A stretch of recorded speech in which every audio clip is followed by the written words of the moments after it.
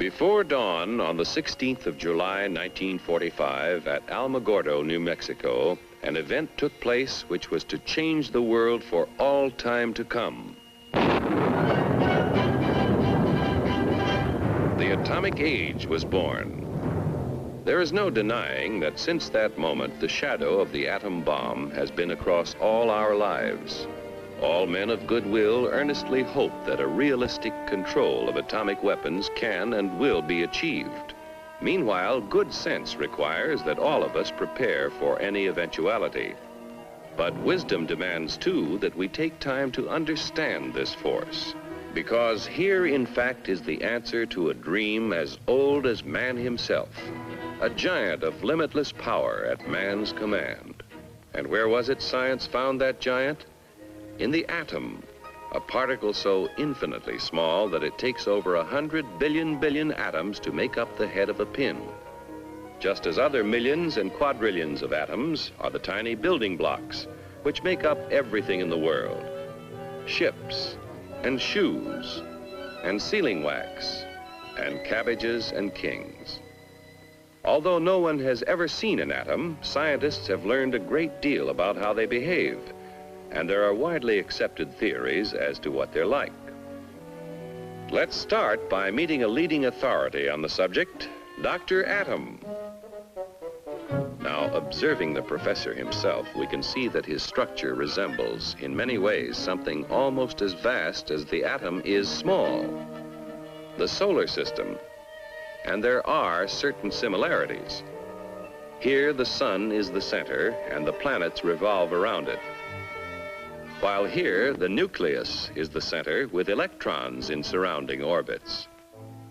But whereas the planet's movement is like this, neat, orderly, and predictable, the movement of electrons is slightly different. There are other differences, too. Hey, hold it! Thank you. Now, the solar system is held together by gravitation, while the force holding the atom together is electrical. The electrons, which are negative, are attracted by the protons, which are positive, and vice versa. But here in the nucleus are other particles with no electrical charge, called neutrons.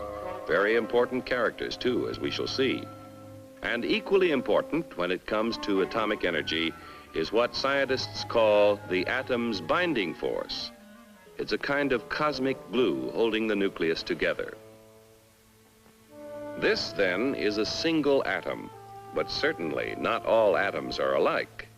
There are in nature more than 90 basic elements, which is science's term for families of atoms. To scientists, the atoms of the individual atom families, or elements, are identified by number, that is, the number of protons or positive charges in their nucleus. And they vary all the way from hydrogen, which has just 1 proton, to oxygen with 8 protons, to gold, he's rich with 79, finally on to the heaviest of all natural elements, uranium with 92 protons. Now, within each element or family of atoms, there can be different members, each one having the same number of protons, but differing in the number of neutrons. The total of an atom's protons and neutrons is its atomic weight. Thus, in natural uranium, we have U-234, U-235, and U-238. These different members of the same element or atom family, science calls isotopes. Some elements, tin for instance, have a great many isotopes. Others, like aluminum, are lone wolves with just 1. Now, most atoms of most elements are content with their lot in life. We speak of them as being stable, but others are busy day and night, being what science calls radioactive. Like radium, throwing off powerful rays along with some of its neutrons and protons, until it actually alters its own nuclear structure and changes to another family, and then to another, until it does become stable at last. This spontaneous changing of elements is called natural transmutation. Its discovery gave men of science an idea. If an atom could change itself, why couldn't man change an atom? Using as bullets the very particles which radium threw off, a noted British scientist bombarded nitrogen and converted it to oxygen. In terms of individual atoms, this is what happened. The radium nucleus threw off an alpha particle consisting of 2 protons and 2 neutrons. One of the protons was absorbed into the nitrogen nucleus, turning it to oxygen. This was artificial transmutation, man changing the elements. From that first experiment, others by the thousands followed as scientists devised ever more powerful particle accelerators, commonly called atom smashers, to transmute more and more kinds of atoms. All scientifically important, but hardly world-shaking.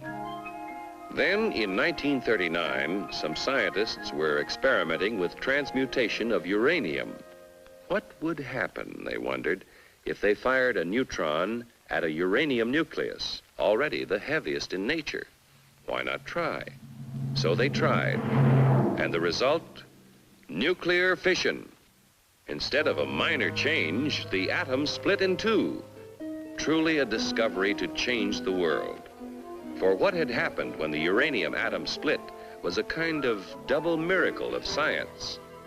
Half of the miracle concerned that binding force we spoke of before, that kind of cosmic glue which holds the atom's nucleus together.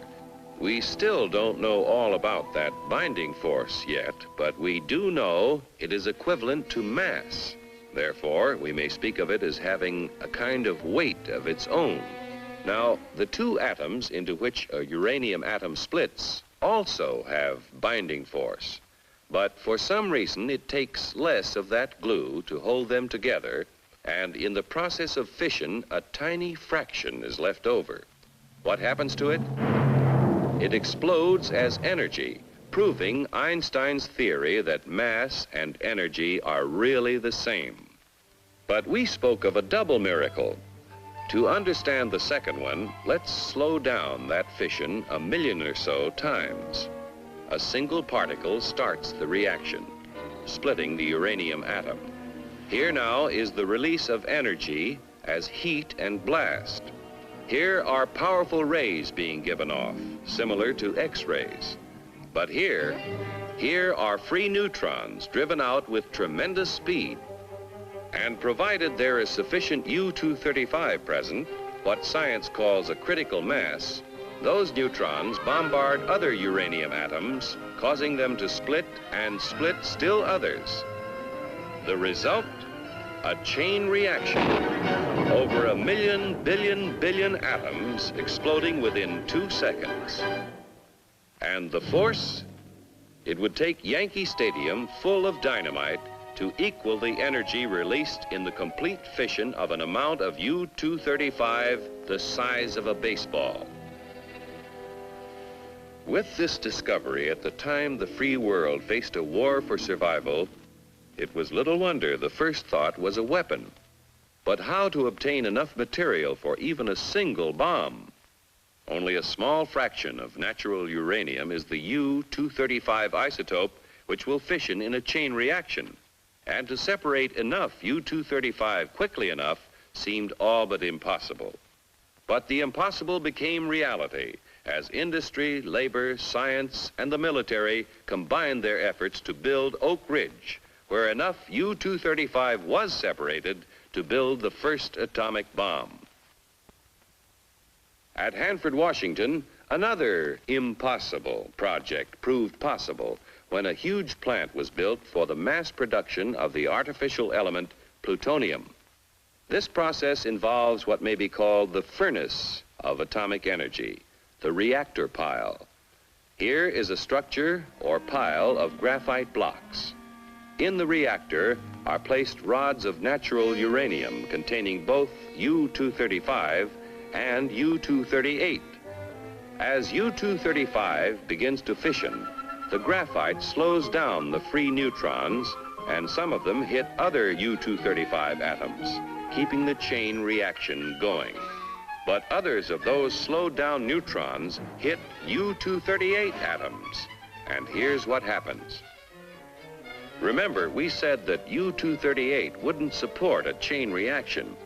However, it will capture neutrons from U-235 fission and start a process which converts the U-238 first to neptunium, then to plutonium. And plutonium will fission in chain reaction. Thus, the reactor itself is a source of atomic fuel. Besides producing plutonium, the nuclear reactor makes possible two very important peacetime uses of atomic energy. Remember that the chain reaction process in the reactor creates tremendous heat, which scientists have learned how to control. Thus, a reactor may be substituted in many industrial applications where heat is now provided by coal or petroleum. But such uses in the foreseeable future are limited. For one thing, a reactor pile must be shielded to protect the workers around it from dangerous radiation, and this shielding adds tremendous weight. However, an atomic energy power plant has already proved feasible.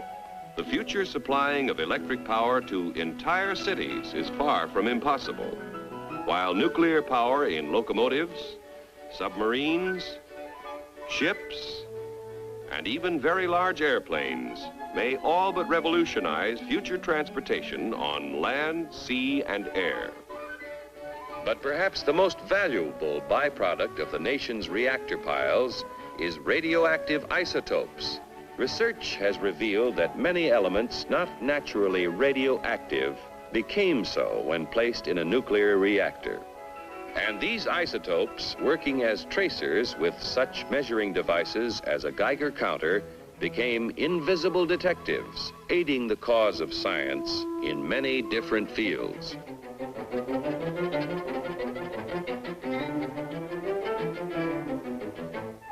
In agriculture, isotopes are now used to test such things as the effect of fertilizers on plant growth and the proper timing for their use, helping to assure bigger and better yields from tomorrow's farms. In industry, isotopes have found literally hundreds of new uses, such as the automatic thickness control of sheet aluminum, saving hundreds of man-hours of labor and assuring accuracy never before possible. In the fields of medicine and biochemistry, isotopes are performing near miracles of diagnosis and discovery. With radioactive sodium, doctors are solving more of the seeming mysteries of heart disease and circulatory disturbances. Radioactive phosphorus has been used to locate tumors in the brain and greatly simplify operations for their removal.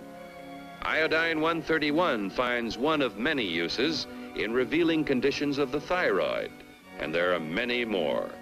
New ways of using isotopes are being discovered constantly through the tireless work of modern pioneers in such fields as chemistry, metallurgy, medicine, and biology.